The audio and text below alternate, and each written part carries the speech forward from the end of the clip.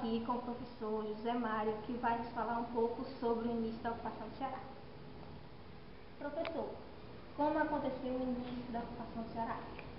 Bem, bom dia. Para a gente entender o processo de ocupação do território cearense, é preciso a gente compreender o significado do termo Ceará, né? Ceará tem vários significados. Agora, o significado mais importante, o que mais reconhece, né, a terminologia da palavra Ceará, se dá através da ideia de que é uma linguagem tupi-guarani, né, que significa canto da jandaia. Haja visto que no Ceará havia um pássaro muito famoso e importante da nossa região, a jandaia, e tinha um canto maravilhoso, por isso o nome Canto da Jandaia. No que se refere à questão das tentativas de conquista do território cearense, nós tivemos algumas tentativas e uma que nós podemos considerar que foi a que realmente houve a afirmação do território cearense, que é o que nós chamamos de colonização mesmo, de fato, né? Nós tivemos algumas tentativas e a colonização propriamente dita. Bem, antes dos portugueses virem ao Brasil, nós tivemos como aventureiro no território cearense o colonizador espanhol Vicente Yanes Pinzón. Ele veio em fevereiro de 1500 fazer um processo de reconhecimento, viagem para a descoberta do nosso território, mas não passa de uma descoberta. Haja visto que alguns historiadores ainda dizem que o Vicente Pinzón, por ter vindo ao Ceará, ele é tido como o primeiro descobridor oficial do Brasil e através do território cearense. No entanto, essa descoberta não foi oficializada porque nesse período o Ceará, o Brasil, de modo geral, havia sido dividido em um tratado chamado Tratado de Tordesilhas, e a parte brasileira ficou pertencente a Portugal. Então, de nada adiantava um conquistador espanhol conquistar um território que não pertencia às suas possessões.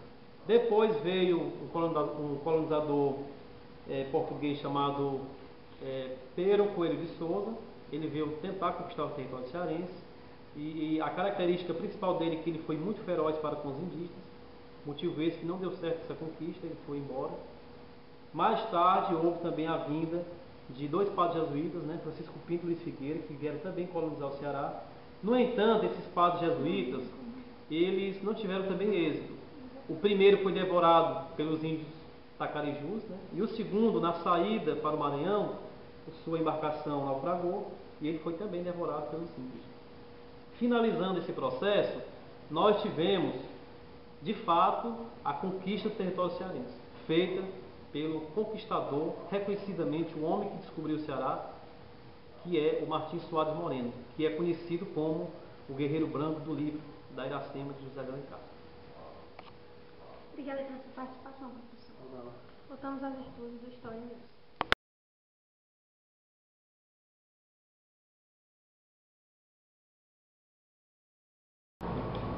Hoje estamos aqui com a professora Cátia, que irá falar para nós sobre o fundador do Ceará. Professora, o que você pode nos falar sobre o fundador do Ceará e seu processo de fundação? Bom dia. Bem, sobre o fundador do Ceará, como a gente pode sempre falar entre aspas, né, o fundador, porque a capitania já estava habitada pelos índios, né? Então, o fundador, Martim Soares Moreno, né, ele veio junto com Pero Coelho na primeira expedição. E ao contrário de Pero Coelho, né, que eles pressionavam muito os índios e escravizavam, Martim Soares fez ao contrário. Ele aproximou-se deles e conquistou a simpatia deles. Conviveu com eles, aprendeu a língua deles. Isso foi uma grande aliança que ele teve dos índios para conquistar, né, realmente a confiança deles para que eles pudessem trabalhar juntos. Ele aprendeu até a língua dos índios, né, para facilitar. Ganhando a confiança dos índios, foi mais fácil tê-los como aliados na defesa da terra cearense contra os invasores, né, os holandeses, os franceses.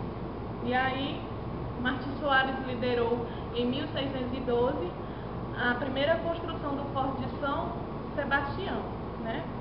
Que hoje é situado atualmente na Barra do Ceará, que fica entre a divisa dos municípios de Fortaleza e Calcaia. E aí, é como dizer, né? O fundador trouxe grande contribuição com essa construção do forte, né? Porque aí foi a partir daí que teve esse grande avanço, esse grande passo para que a capitania desenvolvesse. Obrigada pela sua participação.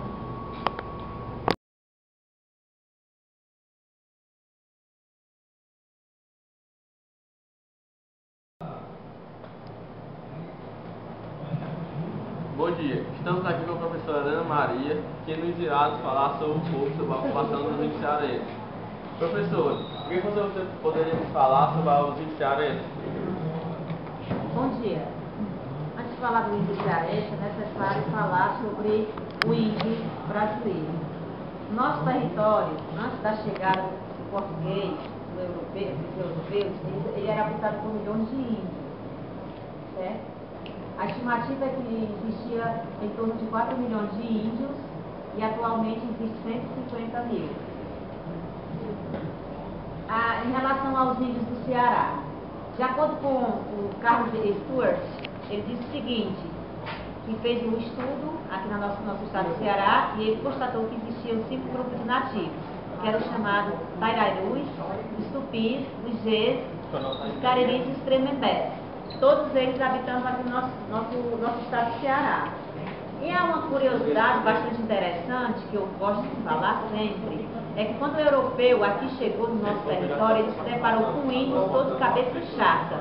Por isso que o cearense ele é conhecido como cabeça chata, porque os habitantes índios que aqui povoavam a nossa terra, todos eram. Então, entre o contato do índio com o europeu se deu da seguinte maneira. De início foi um contato bom, um contato amistoso, certo? O índio fazia o trabalho para o europeu e em troca ele recebia a bugiganga. Então essa forma de comércio era chamada de escambo, foi muito utilizada na época. Mas no decorrer do tempo o índio se sentiu explorado e estava vendo que a própria natureza dele estava sendo destruída. Né? Que o índio ele é muito diferente do europeu. O índio, ninguém é melhor do que o outro, a terra pertence a todos e as tarefas são divididas. Então, isso aí vai gerar um choque entre os dois. O europeu vai se achar superior por já usar armas bélicas, equipamentos, e o índio apenas ter a sua flecha, suas armas feitas da própria natureza.